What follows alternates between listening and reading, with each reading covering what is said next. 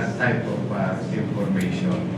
But just for the sake of everyone, I would rather not share such technical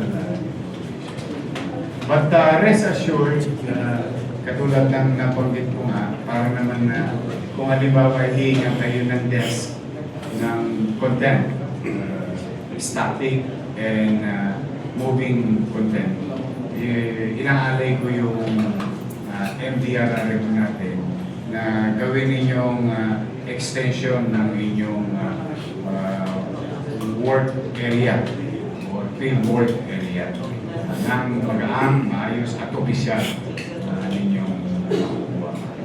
In fact, pag kayo tumusok doon, based sa karanasan ko sa DCMM, dati noong Vice Mayor ako, at saka sa GMA7, pag tumusok kayo doon mismo sa station ninyo, sa radio station ninyo, nakakakuha ng autodesk lang yun.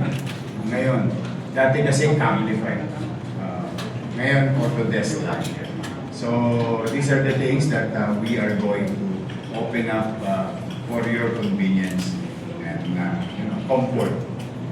And at least generally, medyo maiwasan natin yung isang posibleng gamitin naman pagkakataon ng mga ilang individual. Sa pamunuan naman po ng simbahan. Father, yung hindi naman lingit sa atin yung crisis ngayon dito sa bansa. Ano pong paalala o babala sa mga gustong mag